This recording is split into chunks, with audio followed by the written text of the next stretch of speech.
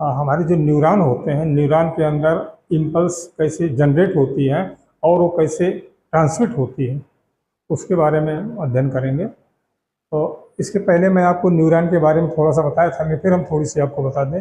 ये हमारी शरीर में जो हमारी स्ट्रक्चरल फंक्शनल यूनिट जो है नर्वस सिस्टम की, नर्व की, वो न्यूरॉन्स होते हैं। न्यूरॉन्स मेरे शरीर में बहुत से होते हैं। एक न्यूरॉन चले, फिर उससे दूसरा, फिर तीसरा, चौथा, ऐसे इसमें बिजली की करंट जैसा जो इसमें ट्रांसमिशन होता है, उसी के बारे में जाने, जिसको हम पहले पढ़ चुके हैं। ये हमारा न्यूरॉन है। न्यूरॉन में ये सेल बॉडी है, जो इसकी इधर की ये सेल बॉडी है, और ये जो है एक्सॉन है। अब कोई भी ये सेल बॉडी के अंदर हमारा न्यूक्लियस होगा, और न्यूक्लियस में बहुत सारी चीज़ें, नेसस ग्रेन्यूल होते हैं, और इसमें इंडोप्लाज्मिक रेटिकुलम होता है, सब कुछ होगा इसमें। लेकिन इसमें हमारा सेंट्रियोल नहीं होता है। और ये एक्सान है। एक्सान में अगर माइलिनेटेड शीथ है तो इसको माइलिनेटेड एक्सान कहेंगे। ये जो पीला पीला येलो कलर का दिख रहा, अगर ये नहीं होगा तो ये अनमाइलिनेटेड एक्सान कहलाएगा। और बीच में जो जगह है, ये नोड्स ऑफ रेनवियर कहलाते हैं। ये जो बीच बीच में स्पेस है, ये नोड्स ऑफ रेनवियर कहलाते हैं। और यहाँ पर इम्पल्स जब चलती है सीधे जंप करती है, यहाँ से यहाँ आती है, यहाँ से यहाँ आएगी, यहाँ से इस प्रकार से इम्पल्स से जनरेट करती है। लास्ट में ये एक्सान एंडिंग है, और एक्सान के एंड पे जो आप देख रहे हैं, ये वेसिकल नॉब लाइक स्ट्रक्चर है। इसके अंदर न्यूरोट्रांसमीटर होते हैं, जिससे न्यूरोट्रांसमीटर इससे रिलीज होता है। और फिर अगले में जाकर के उसके रिसेप्टर होंगे। अगला जो न्यूरॉन होगा, इससे लगाओ, फिर इसमें सेल बॉडी होगी, और ये हमेशा ट्रेवल जो है सेल बॉडी से इधर कोई ट्रेवल करती है।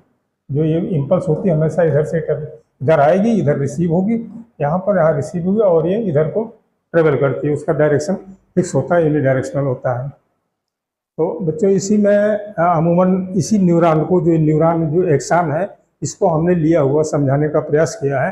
कि जैसे सपोज को न्यूरॉन है, थोड़ा सा उसको और बृहद रूप में लिया है। ये एक्सान है हमारा, ठीक।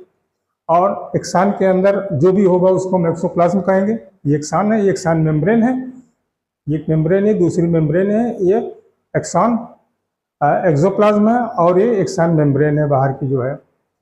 और ये ज़्यादातर उमन इसके ऊपर बाहर की तरफ पॉजिटिव चार्ज होता है। कोई भी सेल होती है, उस सेल में बाहर की तरफ पॉजिटिव चार्ज होता है और अंदर की तरफ निगेटिव चार्ज होता है। ऐसा क्यों होता है कि जो हमारा इस जो सेल के बाहर जो है, ये सेल है, सेल के बाहर जो भी एक्स्ट्रा सेलुलर फ्लूइड जो है, इसी हमने लिखा है, जो एक्स्ट्रा सेलुलर फ्लूइड है, उसमें सोडियम ज़्यादा पाया जाता है, बहुत ज़्यादा मात्रा में सोडियम पाया जाता है किसी भी सेल में हो। और पोटेशियम, अंदर पोटेशियम इनसाइड रहता है, इसके अंदर रहेगा, एक्सोप्लाज्म में रहेगा, यहाँ अंदर रहेगा, और सोडियम हमारा बाहर रहेगा। तो इसमें बच्चों, और प्लस इसके अंदर जो है निगेटिवली चार्ज प्रोटीन होती है। ये प्रोटीन जो होती है, इन पर निगेटिव चार्ज होता है। इसके अंतर्गत निगेटिवली चार्ज प्रोटीन रहेंगी। अब इसमें दो तीन चीज़ें बच्चों जान लेना बहुत ज़रूरी है। एक तो इसमें दो लीकी चैनल होते हैं।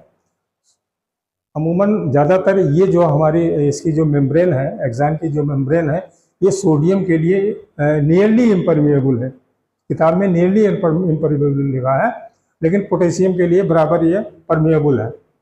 तो इसमें दो लीकी चैनल होते हैं। एक सोडियम का लीकी चैनल होगा, एक पोटेशियम लीकी चैनल होगा, एक सोडियम पोटेशियम एक्टिव पंप होता है इसमें।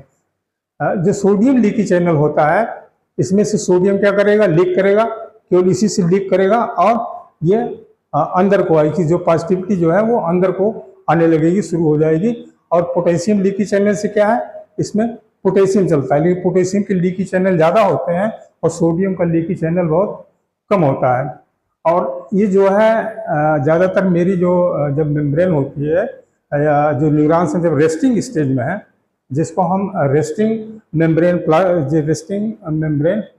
बोलते हैं, रेस्टिंग मेम्ब्रेन पोलैरिटी, तो वो जब -70 मिली वोल्ट की होगी, -70 वोल्ट की रेस्टिंग मेम्ब्रेन पोलैरिटी होगी, तो इसमें पैसिवली एक एक्टिव ट्रांसपोर्टर दूसरा पैसिव होता है। तो हमें पैसिव में तो कोई एनर्जी नहीं खर्च करनी पड़ती। पैसिव जानते हैं हाई कंसंट्रेशन से लो कंसंट्रेशन चलता है, हाई टू लो, आप जानते हैं इस चीज़ को। तो ये सोडियम जो है अंदर को आएगा, और ये पोटेशियम जो बाहर को जाता है, ये साधारण पैसिव, जिसमें कोई एनर्जी खर्च नहीं होना है।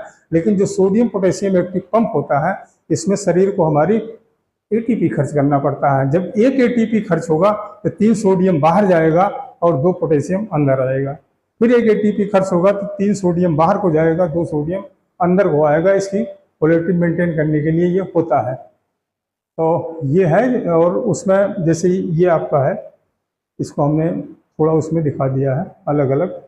एक जैसे ये पोलराइज्ड है, रेस्टिंग मेम्ब्रेन पोटेंशियल है इसका -70 मिली वोल्ट का है। रेस्टिंग मेम्ब्रेन पोटेंशियल में क्या होगा, ज़्यादातर बाहर पॉजिटिव चार्ज होगा और अंदर की तरफ निगेटिवली चार्ज होगा। अंदर निगेटिव देख रहे हैं, बाहर पॉजिटिव चार्ज है इस मेम्ब्रेन के। इसको हम पोलराइज्ड भी कहते हैं कि मेम्ब्रेन मेरी पोलराइज्ड है, उसमें बाहर की तरफ पॉजिटिव चार्ज है, अंदर की तरफ निगेटिव चार्ज है। और इसको रेस्टिंग मेम्ब्रेन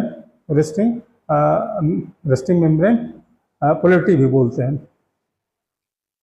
अब आइए इसमें आगे देखिए, ये हमारे सारे प्लस जो है अंदर हो जाएंगे, माइनस जो है बाहर चला जाएगा।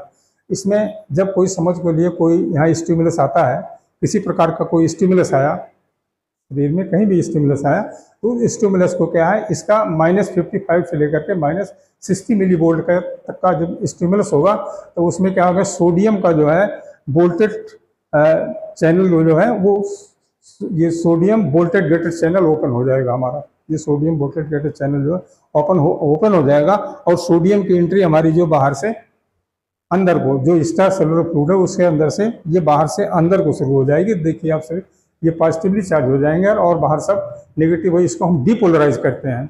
और यहीं पर जो 30 मिली वोल्ट का जब ये इसको थ्रेशोल्ड प्राप्त होता है तो ये एक्शन पोटेंशियल यहीं पे जनरेट होता है इसका।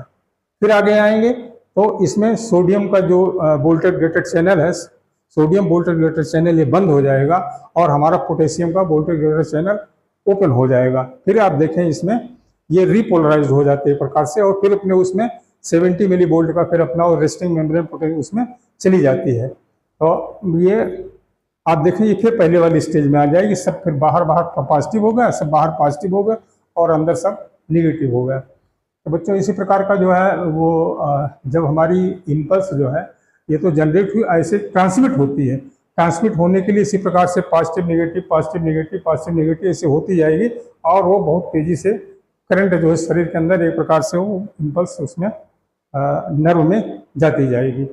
जहाँ उसको ले जाना हो, सेंट्रल नर्वस सिस्टम को ले जाना हो, सेंट्रल नर्वस सिस्टम से बाहर किसी आर्गन को ले जाना हुआ। तो बच्चों ये रहा आपको टोटल हमारा जो है नर्व का इम्पल्स का जनरेशन और उसके ट्रांसमिशन के बारे में। कल मैं सेंट्रल नर्वस सिस्टम का जो अपना ब्रेन है उसके बारे में अध्ययन करेंगे। उसके बाद ये चैप्टर खत्म हो जाएगा। ठीक, ओके।